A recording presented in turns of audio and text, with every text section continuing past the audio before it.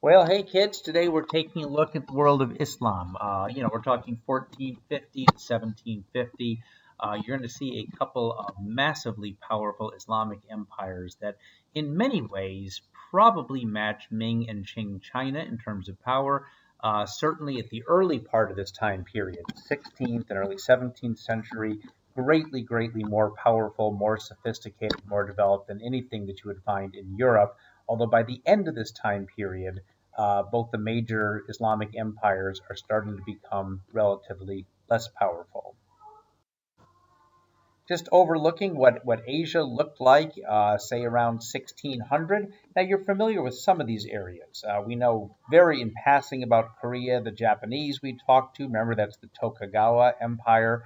You see Ming China, not the size of China today, spreading into Tibet, which was a separate kingdom that the Chinese eventually take over. In Southeast Asia, Tonkin and Annam, numbers 4 and 5, that's basically modern day Vietnam. Cambodia next to it with Siem Reap, which I believe was a little bit earlier, and Pegu and Ava, 8 and 9 that you're seeing there. That's modern day Myanmar along the Irrawaddy River.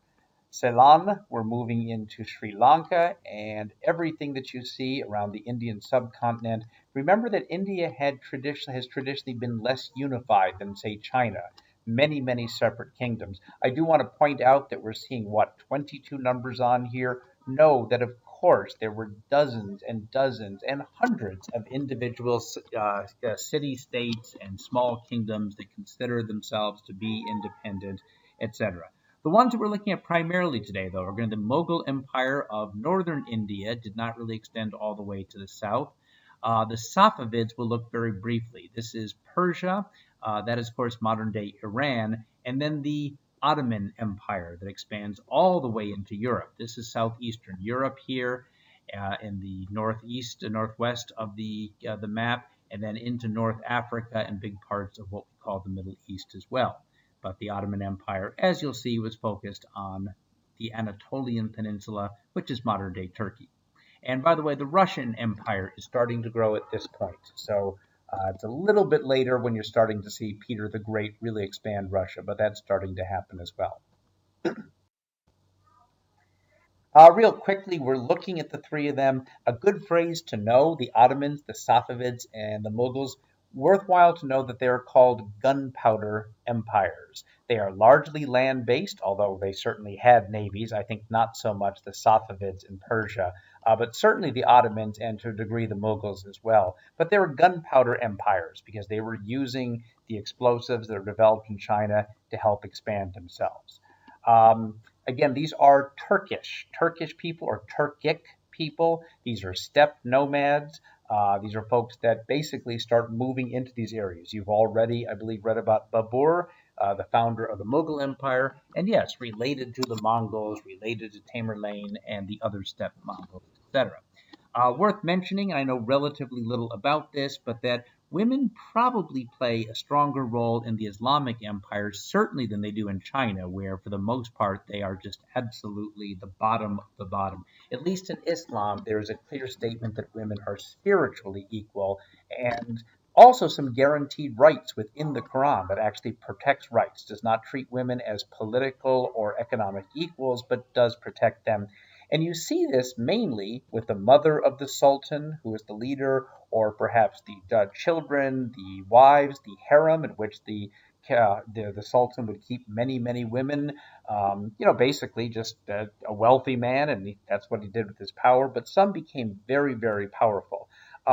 Interesting that here you have the eunuchs as well, not so much in China to stop them from prioritizing their eventual children, but also to protect the women in the harem because if you've had your, well, you know what cut off, you're probably not all that interested in you know what. And both the eunuchs and the women within the harems sometimes had pretty significant influence.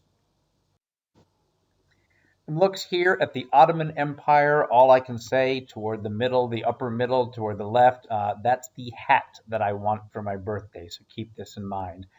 Tremendous architecture. Istanbul today used to be Constantinople. Just a glorious, glorious, glorious city with the blue mosque and the Hagia Sophia on the bottom right, you'll see that that was a Christian church going back to, I think, the 500s or 600s, but absolutely a stunning, stunning place.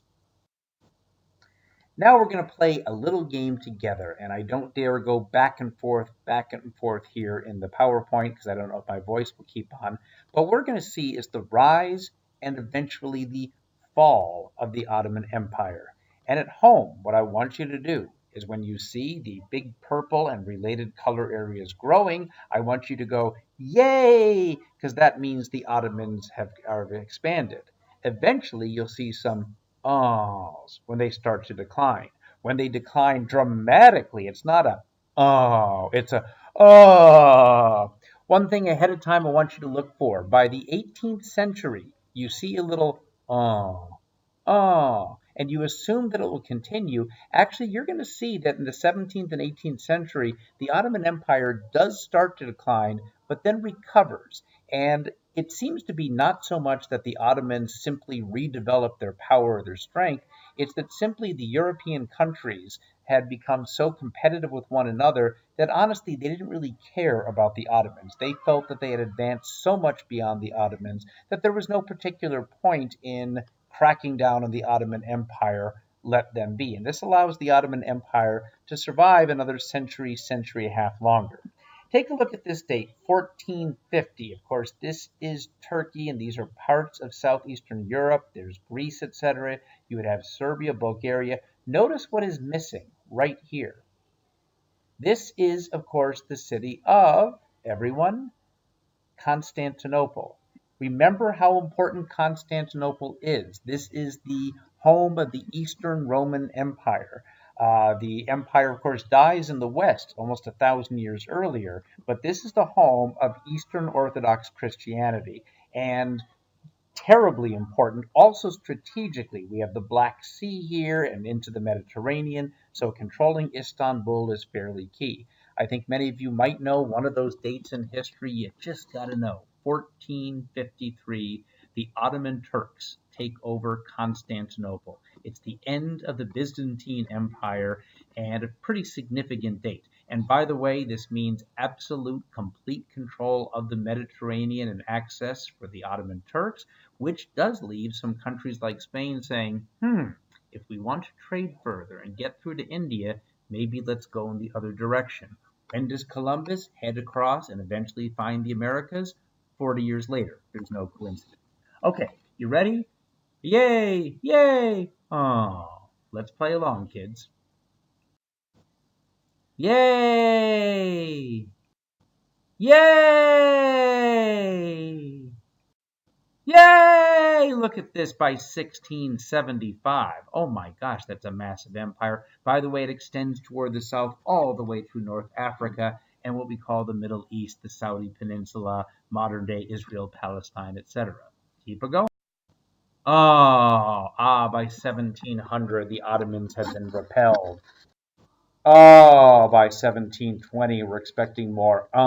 But hey, notice a little bit of a gain, again, because the Europeans aren't paying as much attention to the Ottomans. They're more concerned with each other. England and France are becoming massive rivals, for example.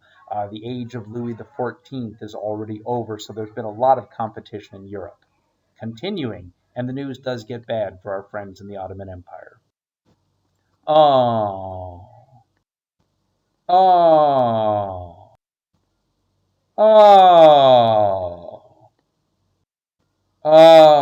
By the way, the last part in Europe, we call this the Balkan region. Greece and Bulgaria, Serbia, a place called Bosnia and Herzegovina, Croatia, etc. Keep in mind, this is where World War I began in 1914, and in fact, the fact that the Turkish power is being eliminated from this area is one of the causes. We'll continue now through the end of the Ottoman Empire. Oh, oh. And in fact, by 1920, there is no Ottoman Empire. There is simply a new nation state of Turkey that I think is formally founded in 1923. We'll come back to that later in the year. So this is the Ottoman Empire at its height. Again, the Balkan regions, all of what we can call southeastern Europe or the Balkans, controlled by the Ottoman Turks, all the way through the Tigris, Euphrates, Mesopotamia, modern day Iraq, modern day Israel, Palestine, Serbia, all kinds of other possibilities. All sorts. Hold on. There's my phone ringing. I'll get back to you. Well, wouldn't you know it? That was my daughter, who at the time recording is 8 years old, arranging a Halloween party for tomorrow. So we had to deal with that right away. But anyway, we are looking at a massive, massive empire, a really key city, Vienna. Ask yourself, capital of modern day Austria. Now, that's a small country in today's world, but that was also the imperial home of the Habsburg Empire. Recall the Habsburg Empire was technically in control of what they called the Holy Roman Empire, so Central Europe, etc. Remember that back in the 16th century, the Habsburg family by marriage was related to the royal family of Spain. So Spain controlled the Iberian Peninsula, of course, of Spain and Portugal, and then also the American colonies as well, and then also a big chunk of Central Europe. Now, the Habsburgs are declining somewhat by this point, but the reason that I mention this, you will notice how close the Ottomans got to Vienna. And twice, and I believe the years are 1529 and 1683, the Ottoman armies get to the absolute walls of Vienna, a siege. They surround it, they try to take it over. Fail both times, and that's another one of those major turning points of history. How different would the world be today if the Ottoman Turks had expanded into Central Europe, perhaps into parts of the Holy Roman Empire, Germany, etc., etc. But that is a huge, huge, massive, massive, massive empire. And again, look at the list of countries, and I'll bet I'm missing 10 or 15 more, but that's a lot. By the way, a lot of diversity, a lot of diverse religion, lots of languages. Fascinating, but of course also challenging to take control. Dr. Richard Hill. Let me tell you about Dr. Hill. One of the great fortunes I've had in my life was going to a Masters of Art in Teaching program where I didn't take a bunch of education courses. I took basic university work in subjects that I might be teaching, and then I spent about 7 months all day student teaching with a magnificent teacher, Dr. Richard Hill. At the time, Dr. Hill was your typical professor type. He'd been teaching high school for 27 years, about 6'4", balding, giant beard, thick glasses, not the most cutting edge, up to date guy, but a guy that just had a world of knowledge. He had a PhD from Duke University. And what one would assume that if a guy with his background, been teaching for 26 or 29 years, one would sort of excuse him for, well, I've kind of developed what I've taught and I don't need to change it. Well, there was a morning in which he came in about halfway through my student teaching internship, and Dr. Richard Hill looked like hell. And as I would tend to be, I said, Richard, you look like hell. And he looked at me with sleepy eyes and said, Oh, I was up half the night with Peter Green's new treatment of the Greco-Persian Wars. Oh, just fascinating. This fundamentally changes how I'm going to teach it next year. And to me, I felt like I learned something in that moment. If a guy with a PhD from Duke University in history who's been teaching similar or the same courses for a quarter of the century is still finding himself awake at 3 in the morning reading something that excites him so much that's going to lead to how he does his job better, man, that taught me that's the kind of teacher I want to be. I'm not sure 20 years later if I've quite hit those heights, but that was a big lesson for me. Notice, by the way, the quote. I wrote this down in the notes that I took during one of his lectures. For the first 1,000 years, things went pretty much as expected for the Muslim world. What do you think Dr. Hill, stop the film for a second, what do you think Dr. Hill meant by that, and why did they expect it? And of course, Islam from the 630s, its founding, up until the middle of the 17th century, it just expands, expands, expands. And generally, when Muslim armies are in a conflict, they win. When Muslim missionaries move into a new area, people tend to be very responsive. Islam has become a big world religion. I think probably if you're stepping back at 1600 and saying, do you expect the world to be more Islamic or more Christian by the year 2019, you would probably guess more Islamic. That's the way things were going. Now, why would they expect that? I think because there's the idea that, well, this is God's will. We're expanding God's will. Of course, we're going to be successful, I think would be their idea. Again, there is, and I know very, very little about it, but there is a Seljuk, another Turkic empire that had been powerful in the Middle East. Osman the First, and this gets turned into Ottoman. So Osman the First begins the Ottoman Empire in a little part of Western Turkey. And little by little, over the next couple of centuries, the empire starts to grow. Serbia is taken in 1389. By the way, that is June the 14th, 1389. Now, let me ask you, if you had been an imperial power that controlled Serbia and other areas that Serbia continued to be its area, would you choose the anniversary of that date to make an appearance in parts of what were Serbia? I ask this because when we get to 1914, that's exactly what happens. Yup, it's the start of World War One, but we're ahead of ourselves. Still, 525 years later. 1453, Mehmet the Conqueror captures Constantinople. And of course, that is absolutely huge. The Mamluks, remember, they were this, I think, southeastern European, ethnically former slaves that formed their own empire in Egypt. I'd love to know more about them. Eventually, Egypt and that area is taken again by the Ottoman Turks. Notice there are already ideas about a Suez Canal. Remember, that's the canal that connects the Mediterranean Sea to the Red Sea to the ocean. That's finally built in the 1860s, but there are early thoughts among the Ottoman engineers that maybe this is something they can do.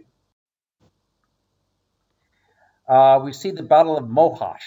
Mohash in 1526. Again, what do I know about it? Not a lot. But Hungary is now a part of the Ottoman Empire. A few years later, turned back at the gates of Vienna, a rare loss for the Ottoman Empire. Baghdad, modern day Iraq, is conquered. In other words, this is continual expansion. The one name you might know, Suleiman the First. He is the Sultan. Sultan is really just another word for king, although it's important to mention with Sultan that he also carries some definite religious responsibilities as well. Remember that the Quran does not separate religion from political life, from civic life, whereas the Bible, to a large degree, sort of does that. So that's something a little bit different in the Islamic world. Think about who else is around them. You've got Charles V, of course, who is Charles I of Spain, the Holy Roman Empire. In other words, this is the age of exploration. You've got Philip II, who is son. You've got Henry VIII, who we will cover in the next unit, and his daughter Elizabeth I, as England becomes a huge power. This is the time of the age of exploration, the Reformation, the Renaissance, so major changes in Europe. Yep, the expansion, you saw those dates before, moving into Iraq and moving into Hungary. A period, and we'll come back to this, in which the Ottomans, although they are devout Sunni Muslims, they choose a path of allowing people largely to live as they want to live, to worship as they want to worship. And by a patron of the arts, this simply means massive building projects, massive mosques being built, art, etc., etc. But this is sort of the high point of the Ottoman Empire. You start to see some decline after Suleiman, another 40 or 50 years later. I won't try to pronounce the name of that treaty, but notice a couple of things. First of all, it was between the Habsburg Empire. Remember the attempt to invade Austria to take over Vienna about 25 years earlier had failed, and a couple things significant. The treaty itself was signed in Austria, suggesting that the Ottomans recognized that they had to cooperate, and they also referred to the Austrian emperor as an emperor, which shows a level of respect and of similar levels of power. There's a 30-year war in Europe. We'll cover this in our next unit. That's 1618 to 1648. Well, with the European powers, especially the Habsburgs, going at each other, the Ottomans are allowed to recover for a little bit. And they eventually, as mentioned, they make another attempt to attack Vienna and take it over. That also fails in 1683. what we call the Crimea. And by the way, very, very important in today's world because it's been a flashpoint for conflict. We're talking here along the Caspian Sea and so forth. This is part of separate from Russia, part of the Ukraine today, part of Russia, kind of depends. But Peter the Great of Russia begins to move into that area, which means that Ottoman power is lessened. And really important, you don't need to know the name of the Treaty of Karlowitz, but the Ottoman Empire is forced to give Hungary back to the Habsburgs of Austria. And this does suggest by this point, by 1700, in retrospect, the Ottoman Empire is kind of in a death spiral. Again, in the mid 18th century, Europeans are so occupied competing with each other that they don't pay a lot of attention to the Ottomans, but you definitely see the decline. Really, the 1600s is a really bad century for Ottoman power. Again, the early 18th century, the European wars allow the Ottomans to regroup, but Russia expands. Napoleon takes over Egypt. Now, interestingly, he is not able to keep, Napoleon is not the leader of France at this point. He is simply a general.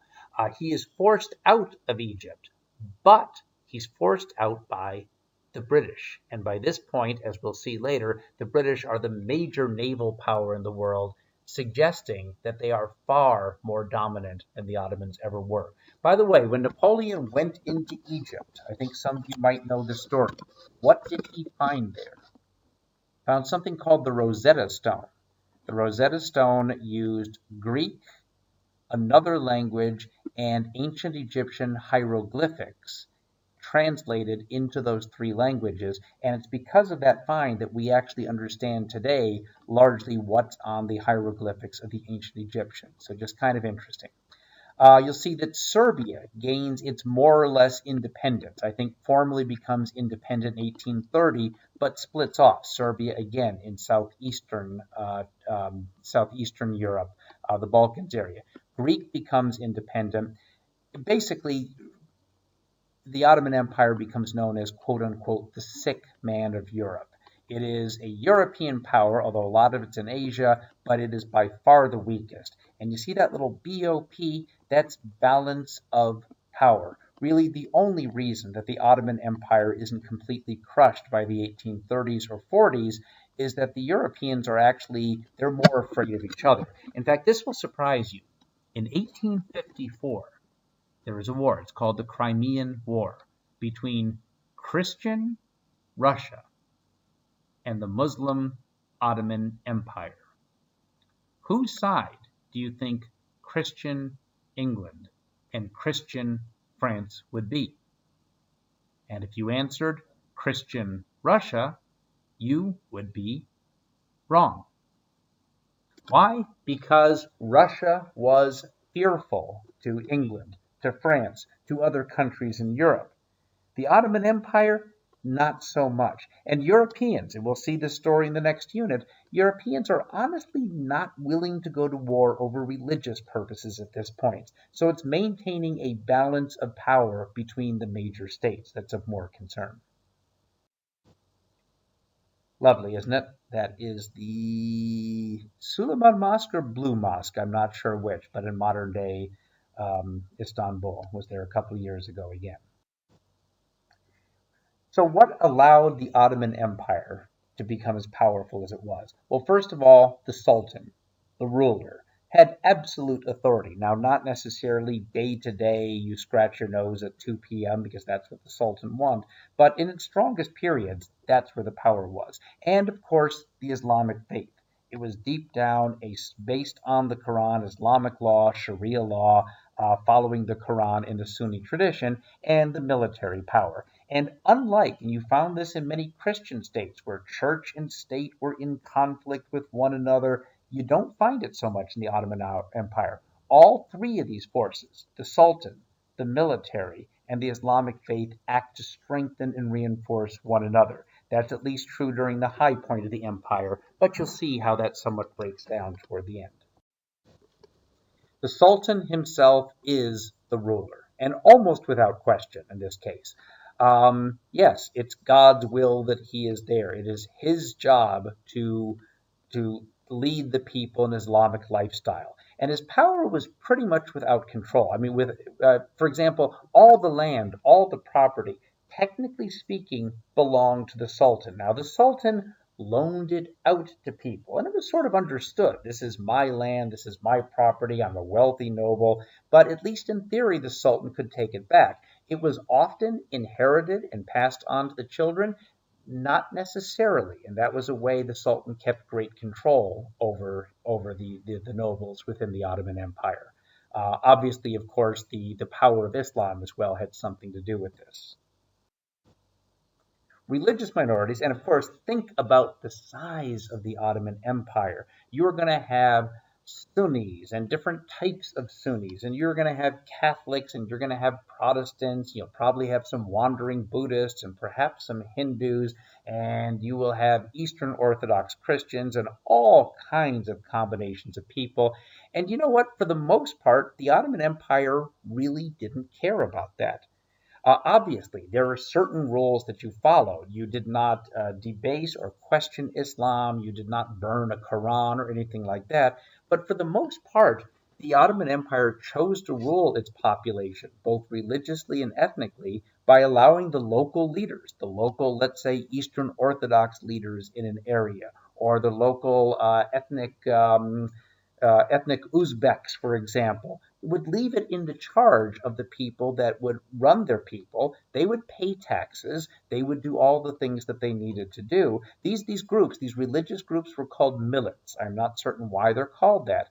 But basically, there was no compulsion whatsoever. You didn't need to convert to Islam. Now, am I claiming that there was no religious discrimination at all in the Ottoman Empire? And of course there wasn't. Non Muslims had to pay the jizya, had to pay the religious tax. There were definite limits to some degree in property ownership, certainly into how far you could rise in government, etc. And you'd have to assume there was also some nasty informal discrimination. But let's compare this, though, to Western Europe at the time. There were no openly practicing Muslims in Western Europe because they wouldn't be allowed to do that. They would be exterminated, they would be burned at the stake. Jewish populations had been kicked out of England in the 1200s and out of France in the 1300s, out of Spain in the 1400s. Jews openly lived among the Muslim population. They didn't have to hide their religion, just follow some rules. So, relatively speaking, and this surprises some people because in the age of Al Qaeda and Osama bin Laden and ISIS, I think we've lost a little bit that Islam traditionally has a very, very good record of tolerance, of getting along with other people. So there is tolerance. Now, again, non Muslims faced discrimination. But, and you notice that's a fairly big but, freedom of worship to so called people of the book. Remember, Christianity and Judaism and Islam worship the same God. A Sunni Muslim would say, but the Christians and Jews are working on scripture that's not really updated, it's not accurate, but for the most part, that's acceptable. And certainly, if you wanted to convert to Islam, hey, no problem. You could go to the highest level of the bureaucracy or the military as long as you converted. That was not true in Spain. Remember, there were the convertidos, Jews and Muslims who stayed in Spain with converting, but very often they were treated with suspicion. They had property taken, often attacked and sometimes murdered because they weren't believed to be true converts. And that was pretty rare in the Ottoman Empire. Active persecution, again, didn't happen, certainly compared to what we would see in Europe at that time. So, what to know about the faith? Well, again, it's an Islamic state. Quranic law, also called Sharia law, and certainly a unifier, although it was fine to be Catholic, to be Eastern Orthodox Christian. Yes, absolutely. Western Christians were seen as being infidels, following an untrue version of the faith, to be sure. You are seeing a major conflict. We're not going to spend much time on Safavid Persia, but you'll recall that Persia of those days, Iran today, is primarily Shia, and there's a lot of conflict. And again, we don't see in Europe church versus state competing for authority or power. We see mosque and state working together. And again, what is the Sultan doing as a political or secular non religious leader? Well, number one, preserve and expand Islam, absolutely, and to increase the power of him, the Sultan himself. And again, that's compatible, there's no conflict in there. And the idea of justice. And again, when we think about Sharia. A lot of, it's a loaded word sometimes. People say, oh my God, this law where women must be veiled. And that's not true with most of Islamic law and as most Islamic states. Simply an idea of justice, of good treatment. And again, most of that is laid out in the Quran. Notice that it applied to non Muslims as well. On an absolute equal basis, well, probably not. But again, compared to any place else in Eurasia at this point, very, very tolerant, reasonably just society. The military is interesting. Yeah, it's a military expansion, to be sure. Tax revenues occupy the soldiers, enhance the status of the sultan and the faith, to be sure. Had a very, very well organized standing military in the 1600s. The Ottoman military absolutely could have crushed any one European state without any question. Here's the key: the Janissaries and the Devshirme system. I wish I included the word Devshirme here, but it's Devshirme. And here's the story. As the Ottomans expanded into the Balkan areas, again, this is southeastern Europe and largely Christian, the Janissaries were formed. These are, as you see, elite slave troops recruited, kidnapped, depended from the Christian areas. So the emissary of the Sultan would go into a small area in Bulgaria and say, we need 15 young men. Yes, there's the Devshirme, the system. We need them to come and be taken away. Now, often, kidnapping, taking against the parents' will, that certainly happened, although there is plenty of evidence that in many cases this was something the parents wanted.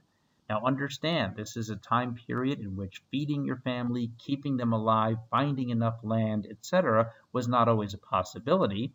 This is before modern birth control. And if you are, let's say, a Catholic family in Croatia, just as an example, or probably better to say an Eastern Orthodox family in Serbia, and you had 7 or 8 children and you didn't have the food to feed them. Well, suddenly, when the Sultan's men come through looking for young people to take away, often you would want that because your child could survive, live a better life, go represent the homeland, even though you lost track of them in the Ottoman Empire. In fact, there are many cases in which poorer families actually found a way to bribe them. Take my son, please. Ask yourself if your family would do that. I think we all know the answer. Again, these Janissaries, for the most part, could move up quite high. They never came back again, but they could rise to the highest levels within the Ottoman system. Interesting that it was not hereditary. If you married and found a family, your child, your son, would not automatically become the next Janissary, although that starts to change at about the time the Ottoman Empire starts breaking down. Well, why did they work? Again, dependent upon the Sultan. There's no home area. Once you are taken away from Bosnia as a small child, you don't go back. You have no connection with the old family at all. They're trained from childhood, ages 4, 5, 6, 7, 8, and you can certainly buy a lot of loyalty and do this. Again, parents bribing officials. This was a chance to move up. I would have lived in desperate, miserable poverty in my home area. Now I can have a terrific life. And this is kind of important because as the Ottomans went out and they needed to keep a decent relationship with people from different parts of the world, it was really helpful to have some of these soldiers look like the local groups, sometimes speak the language, have some type of connection. So it's not so much we Turks controlling you, it's using some of your people to administer justice and control in your area. So the Janissary system worked very, very well for quite a number of years. Again, you start seeing the decline. Again, a high point maybe in the late 1600s, a little bit before, but we mentioned that defeat, we mentioned that treaty. Um, Really, it's not so much that the Ottoman Empire fell apart, it's that the Westerners comparatively rose, and we'll cover that later in the course again. There are some problems with the Sultan. Uh, Again, this is an old story, and the Chinese would say, it's the mandate of heaven. The early emperors were terrific, and then their great, great, great, great grandsons less so. Um, Notice that you have the early Selim the Grim and Suleiman the Magnificent. Want to point out that a later sultan was named Selim the Sot. And you're probably not familiar with what a sot is, but it's a British word for drunkard. In other words, probably a less capable ruler. The military losses. Remember, this is God's army, and God's army never loses. But they did lose Hungary. They did fail to take Vienna, etc., and that weakens the status. You also start seeing major battles within the Ottoman courts. Side, you know what suicide is: self-killing; homicide, killing a Homo sapien; fratricide, fraternity. Well, what would happen is, because the Sultan would have many, many, many sons and daughters with many women from the harem, there might be 30, 40, 50, 60 sons, all of whom, all things equal, would just love to be the next Sultan. And what you would start seeing are these incredibly bloody battles within Istanbul, in which you'd start seeing literally the dominant would-be heir to the throne, well, taking and killing dozens, all 40 or 50 of his brothers, etc. By the way, another thing that starts to happen is the Janissaries become more powerful, and in fact, they start imposing demands on these weakened sultans. I want my son to be the next generation of Janissaries as well. And the position of Janissaries, these elite fighting troops in the military, starts to be hereditary. And then we find Janissary revolts where some of the later Janissaries are no longer as devoted to the Sultan, they're devoted to their children, perhaps as the next Sultan. And also tolerance, and you see this when societies are facing a decline, they look for things to blame. So, whereas you could be openly Christian or Jewish or whatever else, you start seeing attacks on the ethnic groups and the religious minorities as well. Again, this huge problem. You see this massive expansion. Well, that's tough. Awfully, awfully hard to administer it. Once the lands start becoming smaller, you start seeing less taxation. You start seeing soldiers, this fighting, standing army with not as much to do, a little bit like Japan, I suppose you might say. The Janissaries become hereditary, become rivals, etc. And bottom line, the Ottomans had a little bit of the Chinese disease of, look, we are such a superior culture with such a superior history. We really want nothing to do with these Western European barbarians. Well, the Europeans are developing, sharing technology, or it's diffusing, even if not voluntarily.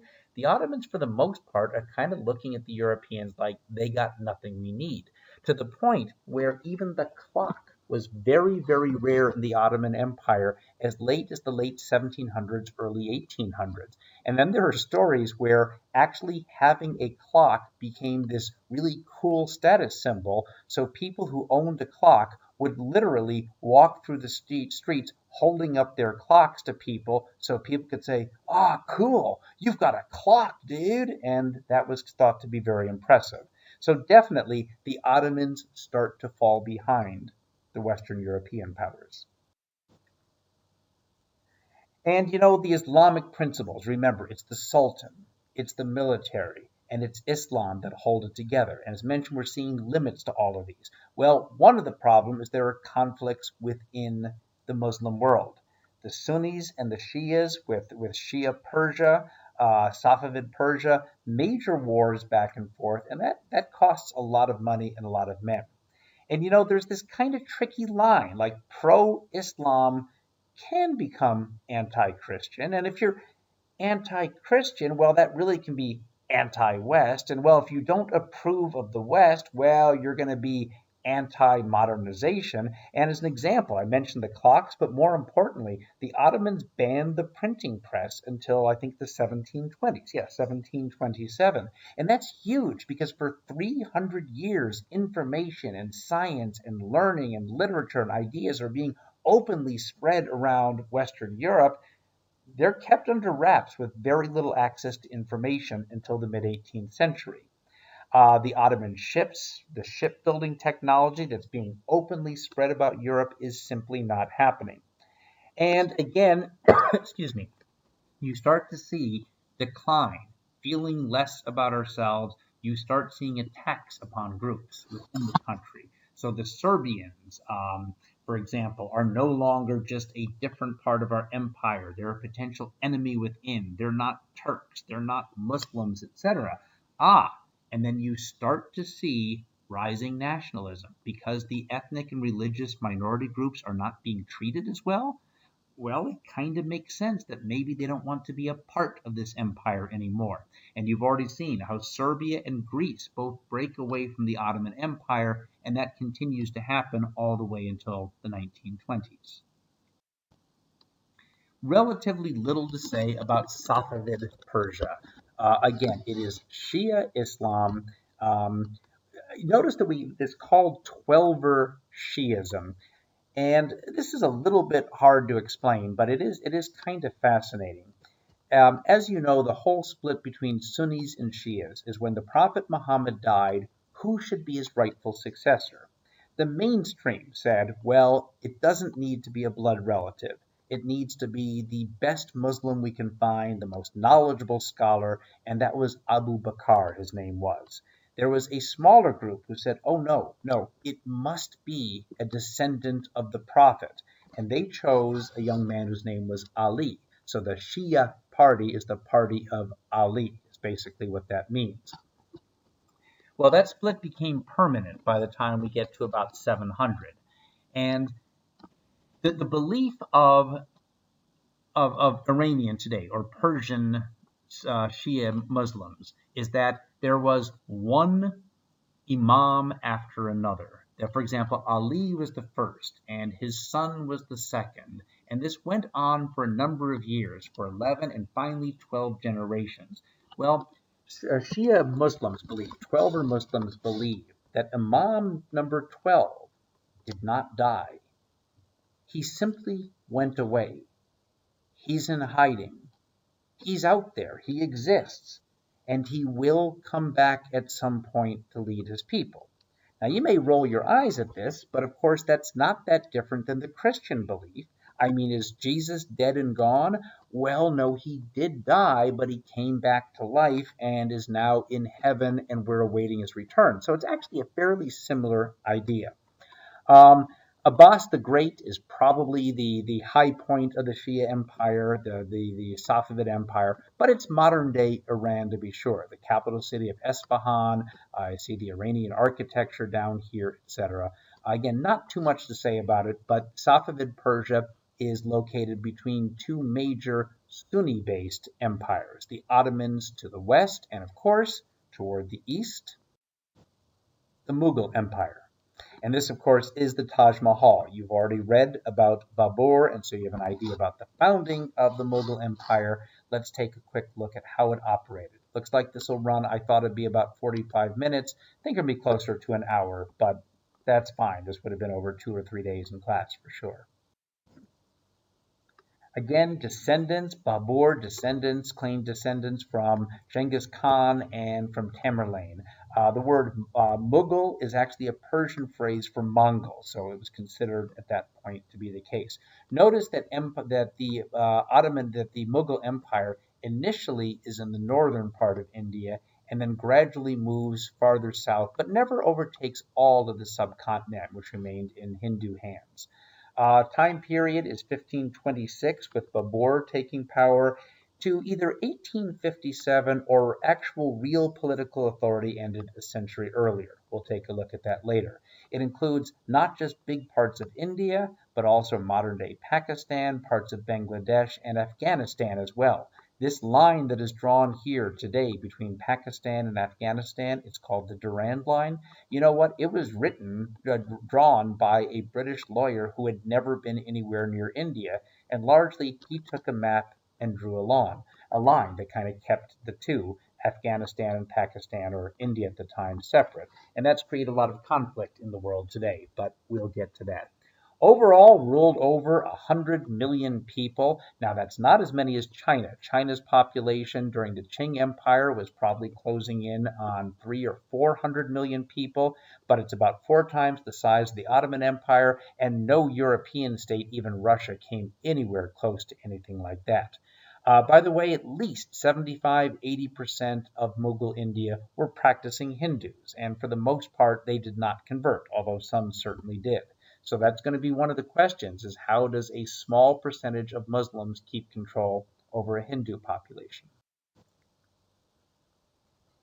Okay, if I told you that this is Akbar the Great of the Mughal Empire, and this is Shah Abbas of the Safavid Empire, I want you to take a quick look at this and tell me who do you think drew this? Was it a Indian artist or do you think it was a Persian artist?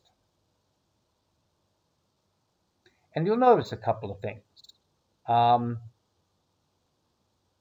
Akbar the Great is big, he's strong, he's powerful, and in this gesture of friendship, there is clearly a much, much weaker Safavid Abbas the Great.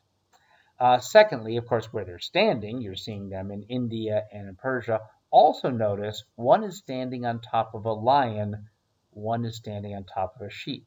All things equal, the guy standing on top of the lion is more impressive. So yes, this is a example of Mughal art.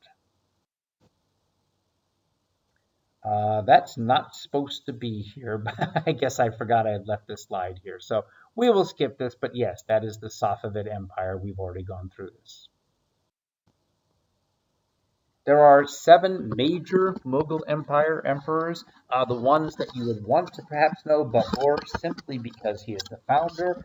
Akbar will spend some time with. Shah Jahan we actually might ignore, except that was the building of the Taj Mahal. And Aurangzeb is well worth knowing. As you already know from your reading, Akbar and Aurangzeb are kind of two different ways of running this empire. Again, Akbar the Great, this is a 50-year period. Do notice this is the time in which England rises, Elizabeth II, for example, Henry VIII dies shortly before then. Notice that this is also the same time as Suleiman the Great in the Ottoman Empire and Shah Abbas in the Persian Empire. So Akbar, known as the Great, at least in the Western world, he expanded Mughal Empire. He himself did not read and write. He was illiterate, but very, very invested in art and poetry and learning. And here's his question: how do I take this largely Hindu empire and rule it as a Muslim? Some Mughal art that I don't know what to do with it exactly, but there you go. He largely chose the path that the Ottomans did of religious tolerance. First of all, he had multiple wives and he made a point of marrying with the Hindu princesses, in other words, to form family relations. And the Rajputs are Hindu nobles, are given top officialdoms within the Mughal Empire. He abolishes the tax on non believers, the jizya, and puts an end to the destruction of Hindu temples. In fact, he actually patronizes them, he helps them rebuild them. He has what he calls the house of worship, in which he invites religious thinkers from all over the world, i.e., the Jesuits, the Catholics. He invites in Jews and Zoroastrians and Sunni Muslims and Protestants, and you name it, anybody with ideas. Let's come, let's discuss, let's talk about this. He considers himself not to be so much a Muslim ruler as an Indian ruler, and he creates a new cult or a new religion that is called the Din-i-Ilahi. The Din-i-Ilahi, basically, the idea professed was, look, no one faith can understand everything. So, yes, I'm a Muslim, but there are Hindu ideas, Christian ideas, Jain and Buddhist and Zoroastrian, and all these ideas. Let's find the best of all of them and find the best faith, find a new faith that can lead us in the right direction. And naturally, as the leader of the Mughal Empire, he was, of course, really something of a prophet. He was the head of the religion as well. Now, from those who appreciate the idea of religious tolerance and the seeking for truth and working with others, this is seen very much as, wow, what a wonderful search for truth and spirituality and justice and cooperation. However, from the Islamic point of view, and you see this with Aurangzeb, here is a Muslim turning his back on the truth of Islam. And what is he doing? He's putting himself in charge of the religion. Isn't this just a selfish way to maintain his own control? There are some images here. I won't even point them out because I've forgotten them. But I recall when I first saw this painting, it was explained to me there are dozens and dozens of images of different religions. I believe that the hand that you see in the upper right corner, that's related to Zoroastrianism. You will notice in the upper left, you are seeing paintings of Jesus and the Virgin Mary and so forth. So this was, yes, this art was supposed to represent the Dinhilahi Akbar at center, taking in believers in multiple faiths, etc. Again, some similarities between this and the Ottoman Empire, certainly not closed to outside ideas. And Jahangir, Nur Jahan is the wife, and of course, well, in effect, Jahangir had been ill, and many people believe, many historians argue, that Nur Jahan is his favored wife, who is a highly educated woman. In fact, she may really have been the shot caller, the actual ruler of the Mughal Empire. Remember that in both the Ottoman and Mughal empires, women play some pretty significant roles within decision making, certainly more so than in most Christian countries, although you find some exceptions there as well. Shah Jahan, again, the grandson of Akbar, probably most important or most remembered today because Mumtaz Mahal was his favorite wife. She died very, very young, and eventually he built for her a burial tomb, a mausoleum that most of you have heard of, and it is called the Taj Mahal. This was built for her. Now, on one hand, magnificent architecture, the power of it, the devotion of love. As many people point out, man, this was expensive. And one of the great criticisms of the Mughal emperors, the later ones, is they began to spend so much on lavish things like this and maybe forgot some of the stuff that matters, which leads us to Aurangzeb taking power in 1757. And Aurangzeb is the high point territory-wise of the Mughal Empire, moves toward the south to be sure. He himself does not believe in tolerance, does not believe in all religions have a place. He's an Orthodox Muslim. Absolutely reinstates the jizya, starts destroying Hindu temples, starts demanding that this be an Islamic empire. And you're starting to see a move toward religious identity. We're not so much Indians as we are Muslims, and of course, Pakistan and Bangladesh in today's world are Muslim parts of India that broke off to be separate. Again, I think from our Western perspective, we would see this guy as being very closed minded and not particularly open to others. But to many Muslims in the world, this is your ideal ruler. He did, rather, whereas you found that Shah Jahan was spending hundreds of millions of rupees on these lavish, on the mausoleum, on the Taj Mahal, on an exorbitant lifestyle where he sat, on a gold throne, etc. That's not how Aurangzeb lived. He looked at the Quran and says, I must live a simple, basic life, serve Islam, serve God, serve my people. So he's actually looked at in a more positive way by a lot of Indian Muslims and Muslims around the world. Westerners see him as being more intolerant. Probably about 20% of Hindu Islam converts to Hindu India converts to Islam. And why? Well, first of all, you could get a higher position. You were treated better, especially true under Aurangzeb. Also, think about how appealing Islam would be. Let's say you have been defiled. Let's say your caste. You had engaged in behavior, had contact with people outside of your caste. Good Lord, if I remain a Hindu, my soul is now going back hundreds of steps. Oh, wait a minute. Islam, all souls are inherently spiritually equal? That sounds awfully appealing. You'd have to imagine that the untouchables, the Dalits who were living in absolute misery because of the failures in their past lives, wow, Muslim people are all equal. That's pretty darned appealing. I don't know why this comes up twice. But then Hinduism does survive. And you might say, well, why didn't people just simply convert? First of all, there's a 3,000 year history. Also, Hinduism is very, very flexible. It's not all or nothing. An example might be if you are a Hindu, what do you do with Jesus? Do you reject him because that's another religion? Actually, what you can do, and the Hindus absolutely have done, is said, Jesus, great teacher. You know what? This is another manifestation of the Godhead. This is just simply another one of our gods. This is Vishnu coming to us in another form. Also, under Akbar's years and successors, you could remain Hindu without a lot of trouble. Tell you what we can do. We can just look at Muslims as a separate caste, etc. And even at the bottom, you would say, my goodness, Dalit caste, untouchables, people at the bottom, don't you know that you'd live better under Islam? But a lot reasoned that sounds nice for this life, but we can't base our lives on what's comfortable for us. We need to understand that to break away from our Hindu traditions is to violate the Dharma.